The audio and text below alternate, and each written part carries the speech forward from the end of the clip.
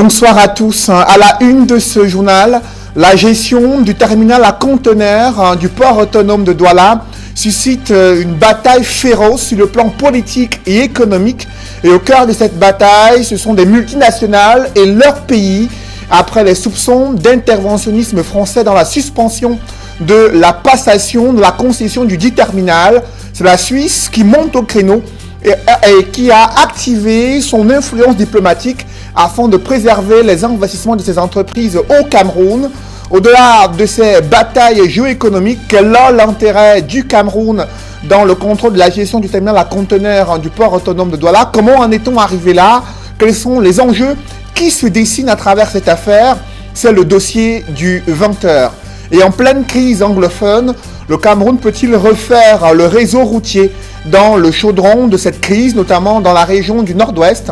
Un protocole d'accord entre le gouvernement et la Banque mondiale vient d'être signé pour un prêt de 11 milliards de francs CFA pour réhabiliter le tronçon routier dans les 7 départements du Nord-Ouest. Nous en parlerons dans ce journal.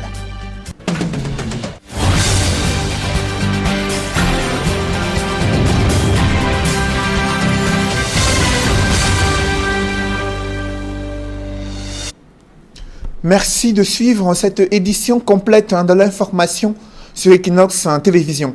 D'abord, ces quartiers pris en otage dans les inondations en plein cœur de la cité capitale, non loin de Bastos. C'est un Komniada qui subit la montée des eaux et ce qui provoque d'importants dégâts matériels à la suite des pluies diluviennes. Les populations pointent un doigt accusateur sur l'insuffisance d'aménagement des drains et des constructions des ponts qui sont loin de satisfaire l'installation des populations et leur quiétude liée à cette montée des eaux et des inondations qui se multiplient depuis quelques semaines. D'autres précisions avec Rodin Gassi et Marcelin Gransop. Dame pluie vient de s'abattre sur le quartier Komniada, situé en contrebas du palais des congrès de Yaoundé. L'heure est à l'évaluation des dégâts, plusieurs domiciles ayant été inondés. Je suis toujours dans l'eau. Il n'y a plus rien dedans. C'est le niveau ici. Nous sommes les sortes des enfants, c'est dans l'eau. Tout est dans l'eau. Quand on ne sait même plus comment faire, là où on misait manger, on ne peut plus manger, on ne peut plus vivre. On est là depuis 40 ans. Nous sommes à terre. Même si le niveau d'eau a baissé, se mouvoir dans le quartier n'est pas évident. Dans plusieurs maisons d'habitation, l'on se bat encore pour se débarrasser de l'intrus qui a fait tant de dégâts. Les populations sont aux abois. La mauvaise construction du pont. Ces derniers temps, quand on est venu construire, on a seulement aggravé la situation. Donc nous, on ne comprend même pas. Alors que depuis 35 ans qu'on est dans le quartier, avec les anciens bus qu'on avait mis, on n'avait jamais eu de problèmes comme maintenant. Ça fait tant d'années que nous pleurons que le gouvernement fait un bon pont ici. Mais chaque fois que les gens viennent faire le pont ici, ça nous inonde au quartier. Cette fois ici, c'est devenu très grave. Jusqu'à ce que les parents avec les enfants sont dehors.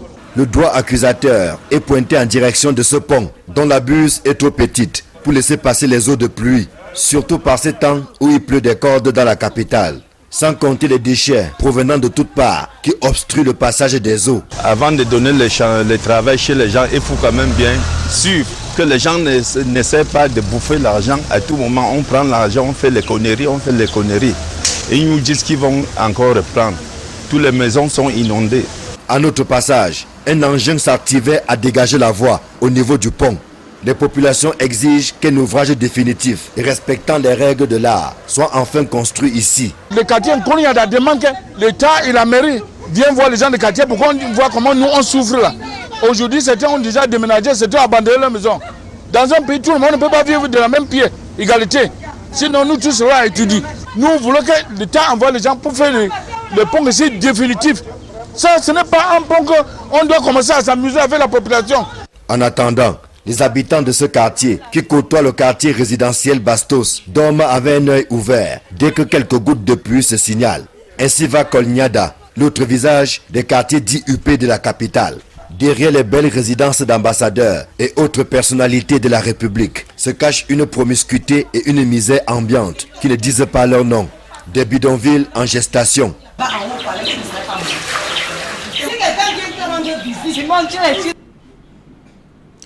La gestion du terminal à conteneurs du port de Douala aiguise l'intérêt des multinationales à tel point que Yaoundé est le théâtre de ces batailles économiques et diplomatiques après avoir vanté les opportunités financières liées à l'arrivée de nouveaux opérateurs suisses. Comment en est-on arrivé à la suspension de la finalisation du contrat de concession du dit terminal? Qui sont les acteurs et quels sont les enjeux de cette bataille? Donald Brice-Camgan relate les péripéties de cette affaire. En janvier 2019, le port autonome de Douala rend public une liste de 5 entreprises préqualifiées pour gérer le terminal à conteneurs du PAD. La seule liste des concessionnaires qui intervient un an après le lancement de l'appel d'offres comprend le français CMA Terminal, l'Emirati Dubai Port World, l'asiatique Uchison Port Investment, le saoudien Red Sea Gateway Terminal et le suisse Terminal Investment Limited. Dénonçant une procédure qu'il trouve irrégulière, le consortium Bolloré APM Terminal, qui a soumissionné pour un renouvellement de son contrat, saisit le tribunal de première instance de Douala. En août dernier, la réponse provisoire du tribunal ordonne au PAD de suspendre le processus de concession. Face à cette décision, le port de Douala se pourvoit en cassation auprès de la Cour suprême et déclare Terminal Investment Limited adjudicataire du terminal à conteneurs, faisant prévaloir l'offre financière et les engagements de l'entreprise suisse sur le développement et la maintenance du terminal. Dans une correspondance adressée au président camerounais, Cyril Bolloré, le PDG du groupe éponyme, appelle Paul Biya à relancer l'appel d'offres sur des bases équitables et à solder amicalement les différends entre DIT et le PAD. Citation. Une correspondance qui suit un communiqué de DIT prenant note des résultats de l'appel d'offres et indiquant attendre la décision de la justice. C'est cette position finale de la justice que Paul Biya demande d'attendre d'après cette correspondance du secrétaire général de la présidence de la République qui ordonne la suspension du processus de concession alors que TIL s'apprêtait à s'installer au PAD dès le 1er janvier 2020 après 15 ans de présence de Bolloré au terminal à conteneurs. La décision de la présidence de la République est publiée pendant la visite du chef de la diplomatie française au Cameroun et au lendemain du séjour de Paul Biya à Lyon. La politique n'a pas tardé à réagir. Dans les rangs de l'opposition, on critique l'interventionnisme français pour favoriser les intérêts de la France et fragiliser le Cameroun qui a l'habitude de vanter sa souveraineté sur ce projet. Et où sont les intérêts du Cameroun, s'interroge l'opposition qui critique la démarche du président de la République et de ses collaborateurs qui ont fait un rétro-pédalage sur cette affaire où, au départ, il était prévu une accélération de la procédure de passation de la concession du terminal à conteneurs de Douala. Et dans les rangs du RDPC, on salue la décision du chef de l'État qui est resté légaliste en attendant la décision de justice concernant le bras de fer qui oppose Bolloré au port autonome de Douala. Des regards croisés de la classe politique dans ce reportage de Flavien Valondongo. De suspension de la procédure en attendant les conclusions définitives du bras de fer judiciaire qui oppose le groupe Bolloré au port autonome de Douala intervient quelque temps après la première note du secrétaire général de la présidence de la République qui insistait sur l'accélération de l'écartement du groupe Bolloré du port autonome de Douala en faveur de TIL. Les analyses des acteurs politiques et experts sont diverses et variées. L'État est une entreprise. Ça veut dire que l'État se doit à chaque fois de faire le point sur est-ce que je peux gagner plus? C'est de ça qu'il s'agit, il n'y a pas de bras de fer. C'est-à-dire que l'État du Cameroun pense avoir un outil de production susceptible de lui permettre de gagner de l'argent. À partir du moment où un contrat arrive à son terme, on s'assied et puis on remet les pendules à zéro. Il se trouve donc que dans le processus, il y a eu des arbitrages qui ont été faits et le mieux offrant a été retenu. Si l'expert s'accroche sur les formules économiques pour le militant du MRC, c'est une honte pour le pays. Célestin Diamen, qui représente ce parti politique sur le plateau, révèle que le secrétaire général de la présidence de la République est à la manœuvre de ce désordre qui n'honore pas le Cameroun. Il y a une réunion à Genève le 19 août 2019 qui réunissait M. Schoftier, qui est député suisse député européen, M. Ngongor et M. Alexis Keller, qui est actuellement l'homologue, n'est-ce pas, de M. Ferdinand Ngongor. Donc il était question d'écarter M. Bolloré, parce que son contrat de concession arrivait à terme le 31 décembre de cette année. Donc il s'était agi lors de cette réunion de dégager M. Bolloré. Et cela dit, il fallait donc l'attribuer, comme vous le savez, à TIL, Terminal Investment Limited. Pour Maître Pensi, par ailleurs communicant du RDPC, la décision du président de la République est pour le respect du droit et non l'ingérence de la France dans les affaires du port autonome de Douala. Si vous tenez le port, vous tenez le pays. Et ça, au point de vue de l'indépendance, ce n'est pas une très bonne chose. Ça, c'est quelque chose qui est acté. Cela dit, moi ce que je veux, c'est que la concurrence doit être loyale. C'est ça. Et ici, sur ce point-là, on indique l'intervention de part et d'autre. Est-ce que la décision qui a été prise dans le cadre d'une concurrence loyale? Je ne pense pas. Le bras de fer judiciaire évoqué ici n'a pas de place dans l'action observée au port autonome de Douala. L'arrivée du ministre français des Affaires étrangères confirme sans doute la réhabilitation de Bolloré. La venue de M. Le Drian correspond parfaitement à cette réintégration ou cette restauration, cette réhabilitation de M. Bolloré au Cameroun, parce qu'il n'y a pas d'autre motif de cette visite. Honnêtement, il y a trop de coïncidences pour penser que c'est simplement une question juridique qui fait en sorte que M. Bolloré a demandé un sursis et que finalement la justice est obligée de suivre son cours. Non, je crois qu'il y a une connivence qui pour moi semble très nette entre la présidente de la République et la volonté de remettre sur pied M. Bolloré. Quoi qu'il en soit, la procédure de passation du marché n'aura pas été respectée. Il me semble quand même que cette information devait être portée par le conseil d'administration qui a un président et qui est censé défendre des intérêts, que ce soit du Cameroun, que ce soit des actionnaires. Ça fait un peu cacophonie. Bien avant de cela, il y avait déjà eu une correspondance qui disait qu'il fallait ouvrir les possibilités d'avoir une concurrence pour la gestion prochaine du port autonome de Douala. Je pense qu'il met le tribunal au centre du jeu. Et en tant que juriste, je pense qu'il a fait un bon arbitrage. À la lecture de cette affaire qui fait jaser, seule la décision du tribunal permettra de savoir si oui ou non le groupe Bolloré est rétabli dans ses droits et continuera de gérer le port autonome de Douala. Et après la suspension de la procédure de passation de la concession du terminal à conteneurs du port autonome de Douala et les soupçons d'influence diplomatique française, la Suisse vient de monter au créneau pour exprimer son inquiétude à propos de cette décision peu favorable à l'une de ses entreprises engagées au départ comme nouvel opérateur au port autonome de Douala. L'ambassadeur de Suisse au Cameroun l'a fait savoir lors d'une rencontre ce lundi avec le chef de l'État du Cameroun au palais de l'Unité. Le diplomate suisse a insisté sur les performances des entreprises suisses et la préservation de leurs investissements au Cameroun au regard des accords de coopération économique entre la Suisse et le Cameroun. À cet effet, l'ambassadeur de Suisse a transmis au chef de l'État une lettre spéciale du président de la Confédération suisse. Les questions relatives à la résolution de la crise anglophone, l'application des recommandations du Grand Dialogue national ont été évoquées lors de cet entretien entre les deux personnalités. Et en pleine crise anglophone, le Cameroun veut refaire le réseau routier dans la région du Nord-Ouest. Le gouvernement et la Banque africaine de développement viennent de signer un protocole d'accord de prêt pour un montant de plus de 11 milliards de francs CFA, de l'argent destiné à la construction des routes dans la région du Nord-Ouest et faciliter les échanges commerciaux entre le Cameroun et le Nigeria. D'autres précisions avec Marcelin Gansop et Aïk Cyril. Cette première tranche d'un montant de... Un prêt de plus de 17 millions d'euros, environ 11 milliards de francs CFA. Les documents y afférents ont été signés entre le gouvernement du Cameroun et la Banque africaine de développement pour le financement du projet baptisé Ring Road dans la région du Nord-Ouest. C'est un projet qui a vraiment requis l'adhésion de la Banque africaine. Nous l'avons instruit et nous avons proposé de le faire en deux phases.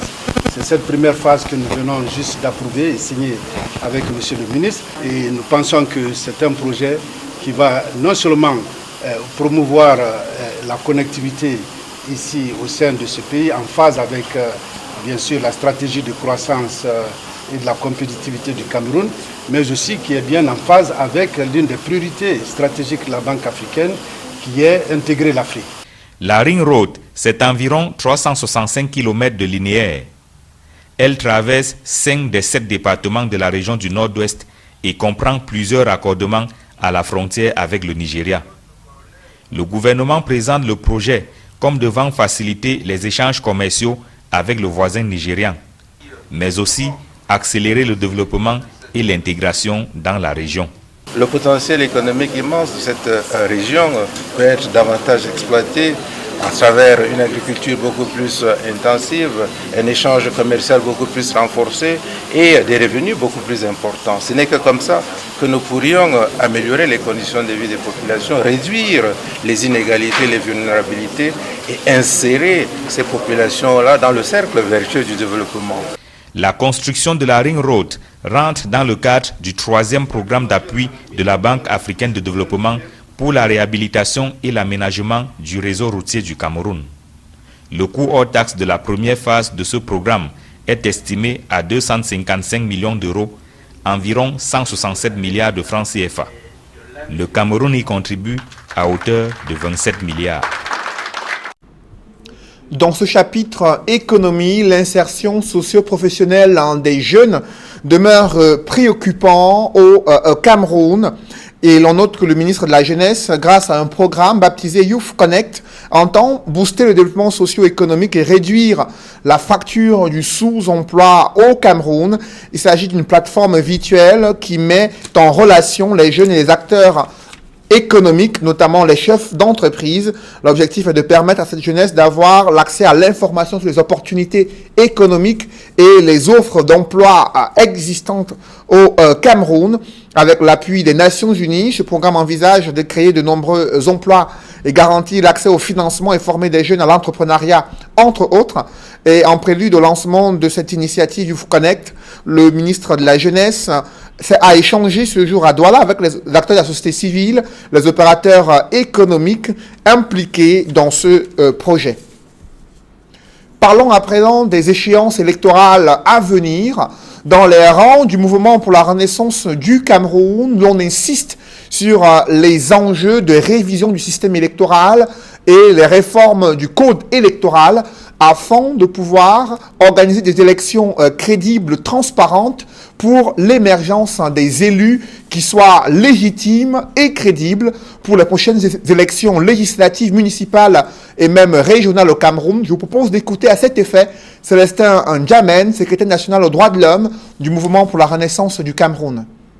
Bien, si on reprend les termes de la loi, l'élection doit avoir lieu sur l'ensemble du territoire national. En l'occurrence, les 2 régions anglophones doivent faire partie, n'est-ce pas, de ce scénario-là. Maintenant, sur le plan également des prorogations des mandats, aussi bien des conseillers que des députés, M. Biya l'a déjà fait, je crois, 2 fois.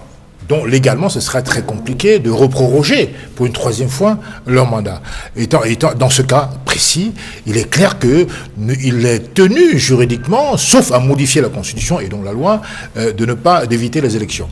Donc, en vérité, en même temps, nous sommes dans un dilemme extrêmement inextricable parce qu'en vérité, on ne peut pas concevoir, on l'a vu d'ailleurs pendant les présidentielles de 2018, à quel point les gens n'allaient pas voter dans la partie anglophone du pays. Alors, aujourd'hui, la guerre s'est intensifiée, on peut davantage penser que les gens n'iraient pas voter dans cette partie-là.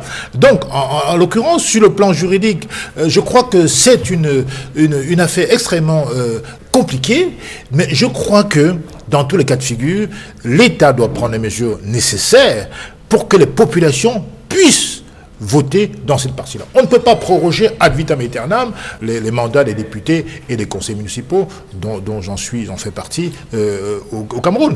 Le véritable problème, c'est que les autorités n'ont pas pris la mesure, n'est-ce pas, de pouvoir mettre sur pied les mécanismes pouvant résoudre cette crise. On voit aujourd'hui le piège dans lequel ils sont tombés. Ce dialogue était une grosse farce. On en voit les résultats aujourd'hui. Et le code électoral que nous appelons de nos voeux à être réformé de manière impérative pour la survie de ce pays, aujourd'hui ne rencontre que colibets et railleries de la part du gouvernement. Et dans les rangs du RDPC, certains militants sont contre la révision du code électoral. Ils estiment que le sujet n'est pas à l'ordre du jour à quelques semaines d'une convocation du Parlement en session ordinaire, la toute dernière de l'année 2019. Je vous propose de suivre ce morceau choisi de l'attitude de Maître Emmanuel Pansi, militant du Rassemblement démocratique du peuple camerounais, le RDPC, le parti au pouvoir. Au niveau du RDPC, le code électoral, la révision n'est pas à l'ordre du jour. C'est le parti majoritaire à l'Assemblée nationale. Lorsque vous serez majoritaire d'ici 50 ans, vous aurez le temps de tout modifier. Les résultats, c'est dans les urnes. Ce n'est pas dans le code électoral qu'il y a les résultats. Alors, nous avons vu, par exemple, quand M. Ndiamène était au SDF, ils avaient dit à l'époque qu'ils ne voulaient pas aller voter, et puis 3 semaines avant, il a demandé d'aller voter. Bon, maintenant que son nouveau parti, qui est en train de rechercher à travers tout le Cameroun des militants, parce que vous avez quand même sorti une note en disant que nous n'avons pas de militants.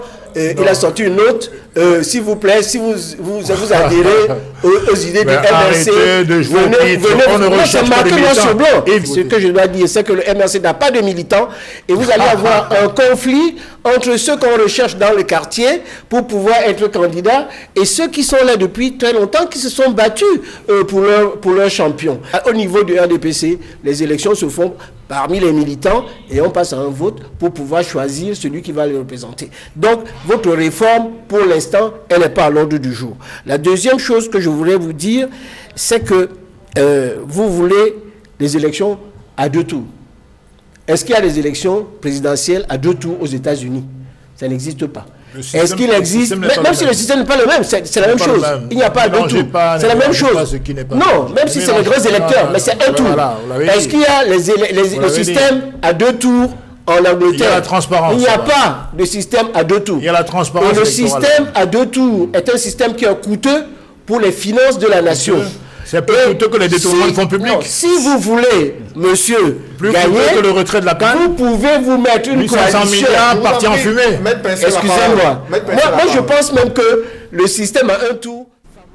Dans le reste de l'actualité, les populations s'inquiètent de la montée de l'insécurité dans le 3e arrondissement de Douala et le désordre urbain qui dicte sa loi, sans compter l'arrivée des déplacés du fait de la crise anglophone. Cela fait partie des stratégies à mettre en œuvre pour juguler ces problèmes sociaux. L'autorité administrative locale a été interpellée à cet effet. C'était lors de l'installation du sous-préfet de Douala 3e dans cet arrondissement. D'autres précisions avec Faral Bounia et Gladys Sidi. Douala 3e fait partie des plus grands arrondissements du département du Vaury. C'est un arrondissement qui connaît son lot de difficultés quotidiennes, devenu au fil des années un mode de vie pour les populations. C'est le manque de tout, l'électricité, route, manque d'eau potable. On a tout, on manque tout ici. Parce qu'on doit choisir, il y a le bandit. Il faut que le vivre ensemble soit prioritaire. On ne parle pas pour parler. Le nouveau préfet du Vaury, Benjamin Boutou, durant son discours d'installation du sous-préfet de Douala 3e, a mis un accent particulier sur les maux qui font de la résistance dans cet arrondissement. Avec emphase sur le désordre urbain, surtout avec le célèbre carrefour Ndokoti, les problèmes fonciers, le grand banditisme, entre autres. Avec des défis qui sont liés au désordre urbain, l'occupation de la chaussée, cela devra être votre lutte permanente. Et je souhaite que vous dormiez souvent au carrefour Ndokoti. Dans une ville où la pression foncière a fait son lit, à Douala 3e, c'est beaucoup plus les problèmes fonciers. Les débits de boissons naissent ici de jour comme de nuit et à tout moment. Vous devrez donc avoir un œil là-dessus. Vous ne devez pas perdre de vue que le grand banditisme et la criminalité sont des phénomènes, hélas, inhérents aux grandes villes. Il vous appartient donc de réduire ce phénomène à sa pure expression. Le désordre s'est érigé en mode de vie avec son corollaire que sont les accidents de la circulation, les encombrements de la chaussée, la multiplication des marches spontanées source de bouchons interminables. Douala est la seule ville où les gens marchent le plus. On marche pour les deuils, c'est-à-dire les obsèques. On marche pour les cultes. Devons-nous encore marcher pour des revendications intempestives? Concernant les prochaines échéances électorales, il a recommandé au sous-préfet de faire preuve de neutralité. Vous prenez la tête de cette unité administrative à la veille des échéances électorales. De l'appui que vous apporterez à Elecam dépendra une parfaite organisation du scrutin. Vous devez collaborer avec cet organe dans la sincérité et dans un loyalisme sans équivoque. Évitez d'être l'otage d'un groupe ou d'un individu ou d'un clan afin de privilégier l'intérêt général. Aïssim Vogo Laurent Victor était depuis 2017 sous-préfet de Kongyambeta dans le département du Bamei-Noubou dans la région du centre. Il remplace Nou Bello, promu préfet du département du Mbéré dans la région de l'Adamawa. Restons à Douala pour évoquer cette affaire qui fait grand bruit dans le 5e arrondissement de cette ville. Les co-héritiers de la célèbre défunte Françoise Phoning se déchirent autour de l'organisation d'une cérémonie d'inauguration de la rue Françoise Phoning au quartier Bépanda. À la veille de l'événement, le délégué du gouvernement auprès de la communauté urbaine de Douala refuse de présider l'événement en invoquant les mésententes entre les co-administratrices de la succession et leurs frères co-héritiers. En toile de fond, un conflit né de la gestion du patrimoine foncier de Françoise Phoning et des batailles pour le patronyme Chopny et Phoning à utiliser pour la circonstance, à savoir le baptême de la rue Françoise Phoning à Bépanda dans le 5e arrondissement de Douala. Une affaire qui déchire la famille et qui a amené le délégué du gouvernement auprès de la communauté urbaine de Douala à refuser de présider l'événement initialement prévu demain à Bépanda. Parlons à présent du sous-développement dans les zones rurales, notamment dans le village Meyo et c'est non loin de San Mélima. Au-delà de l'existence de quelques infrastructures sociales, les populations sont confrontées à l'absence d'énergie et d'électrification rurale, ce qui plombe les activités économiques. Elles se plaignent également de la pollution liée à l'existence des décharges des ordures ménagères dans ce village. Reportage Rodin Gassi et Marcelin Gansop. Situé à moins de 5 km du centre-ville de San Mélima, le village Meyo-Esse est l'objet de plusieurs attentions. Non seulement il est traversé par la route en construction Mengong-San Mélima, il bénéficie en plus de l'implantation sur son sol de plusieurs projets, à l'instar des logements sociaux, d'une scierie et bien d'autres infrastructures sociales. Il y a l'école publique maternelle qu'on venait de construire, la commune vient de construire l'établissement que vous voyez là. Il y a l'école technique d'agriculture qui est là. Il y a l'école publique maternelle qui est en construction provisoire. Nous attendons aussi que l'État fasse quelque chose pour cet établissement. L'école en question, la voici. Sa description se passe de tout commentaire. Cette école de création récente est faite en matériaux provisoires. C'est bien la preuve que le village Meyo-Esse accuse encore un grand retard de développement. En dehors des infrastructures scolaires, les infrastructures routières laissent complètement à désirer. Nous sommes pourtant à quelques mètres de la route principale qui va relier Mengong à San Mélima, sur une distance de 114 km. Bien que doté de plusieurs infrastructures, le village Meyo-Esse broie du noir. Aucune activité ne tourne normalement, faute d'électricité. Voici la ville. Si vous-même vous pouvez supporter que vous voyez comment il y a de la lumière de l'autre côté et vous avez l'énergie solaire pour charger le téléphone. Il y a le développement de ce côté par rapport à les logements sociaux. Il y a la scierie qui est là. Ils n'ont que le groupe électrogène. Donc, cette population veut travailler dans la scierie, mais quand ça ne marche pas, quand il n'y a pas le courant, il y a moins de développement. Tout se ferme tôt parce qu'il n'y a pas de courant. Il y a également au niveau du carrefour du rond-point là, les logements sociaux qu'on a déjà construits, mais qui n'ont pas encore été réceptionnés par manque d'eau, il n'y a pas d'eau, il n'y a pas d'électricité. C'est cette affaire d'électricité dans ces villages qui vraiment nous fait encore un problème, malgré tout ce développement qui est déjà installé. Notre séjour dans ce village a été fortement perturbé par les mouches et autres insectes nuisibles.